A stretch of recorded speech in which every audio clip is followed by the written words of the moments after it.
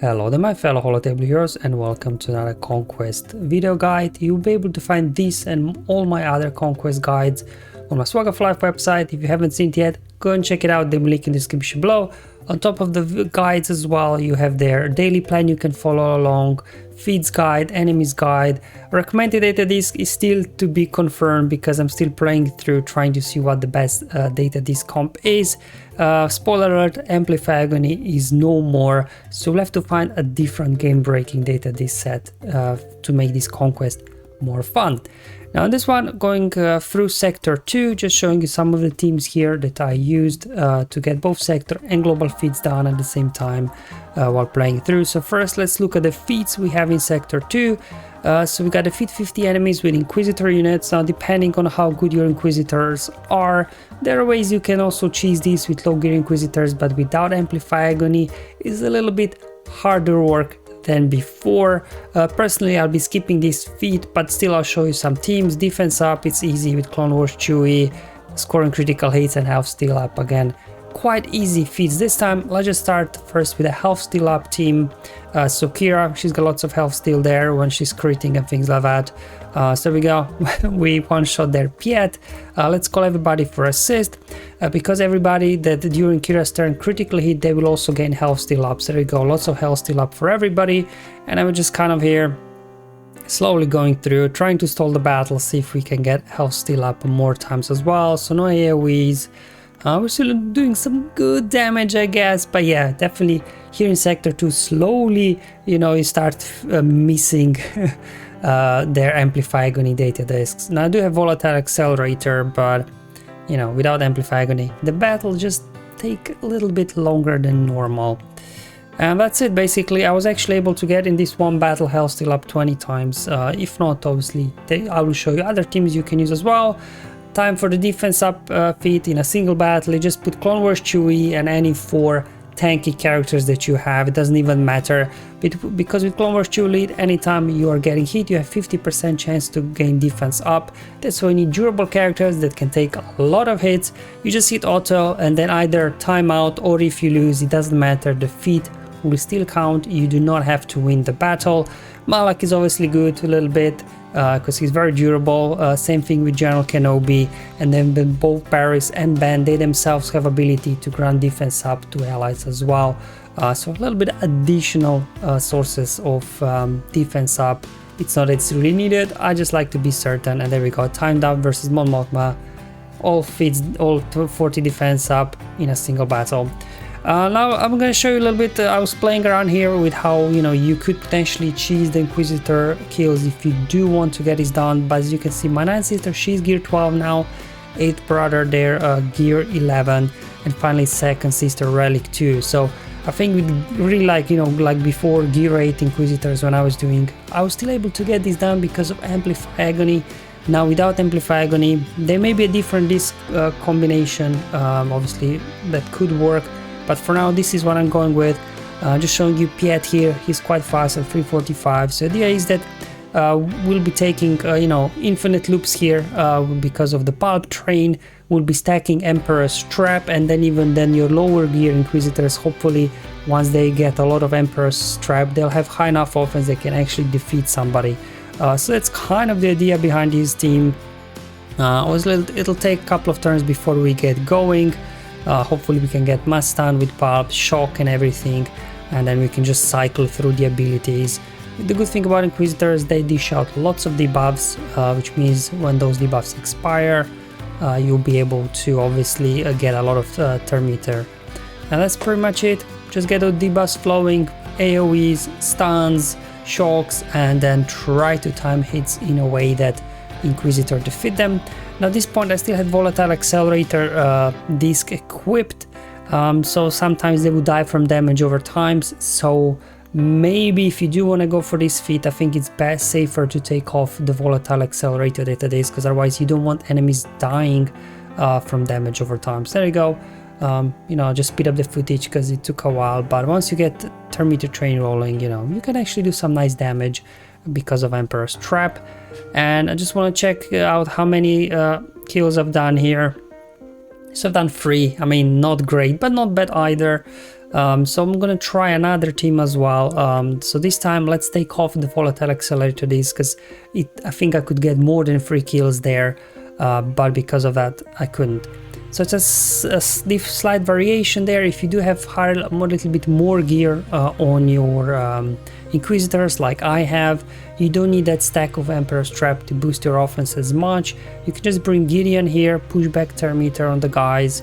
They get demoralized, so they're not hitting as hard. So maybe some of your, characters not relic up, they can take a few hits.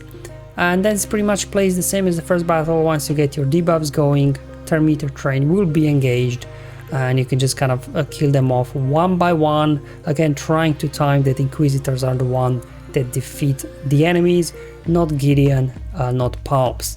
And no damage over time, so obviously it will be easier here to go through. You can also a little bit, if you do get Mon Mothma like I do, you can try a little bit cheese there versus Scarif Pathfinder, because if he has a buff when he's defeated, he will get revived. So you can maybe squeeze out a couple of more kills there from Pathfinder.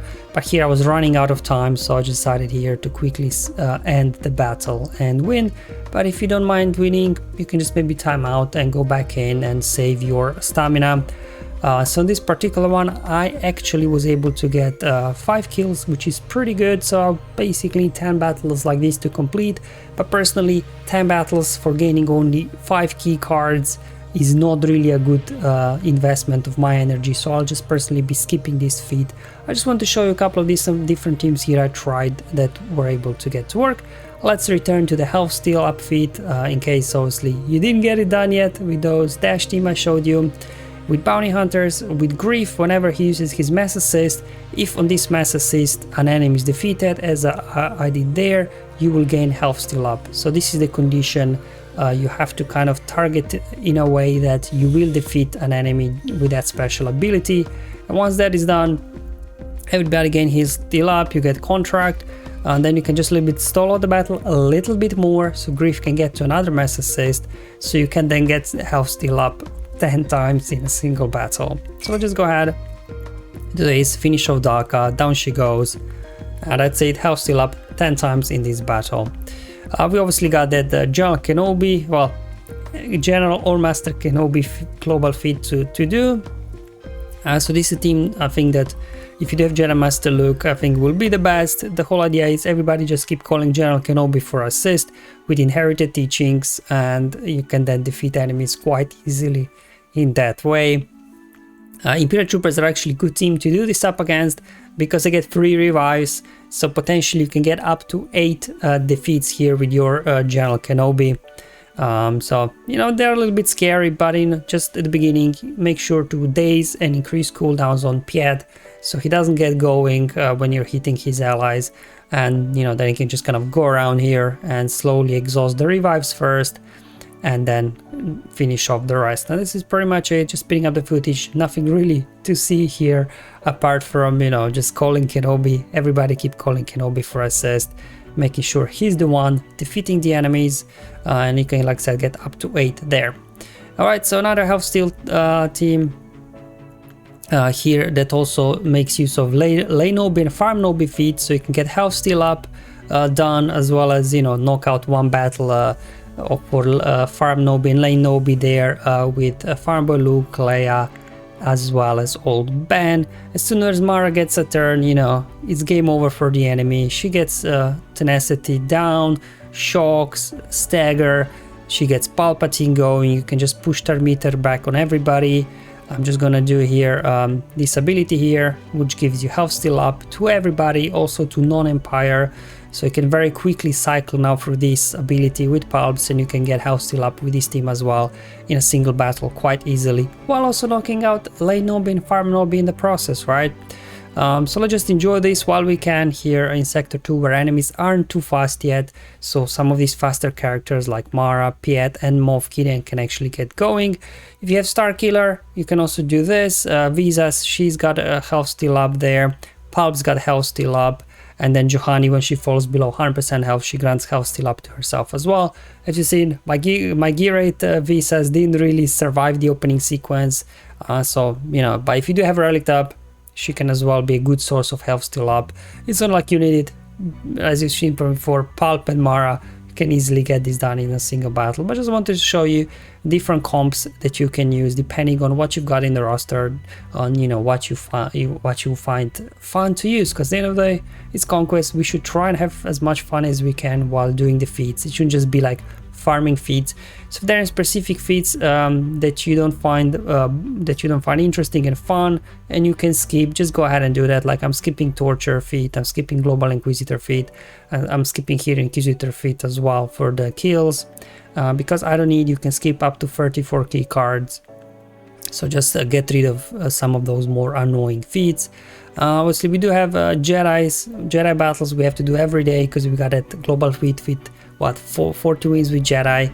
Luckily this is a lot easier than 40 wins with First Order or Resistance or Inquisitors, because we've got so many Jedi. You can easily create 3 or maybe even 4 full Jedi teams to get this knocked out, probably by the time you finish Sector 5, so you don't have to go back and farm this feat as some of the others.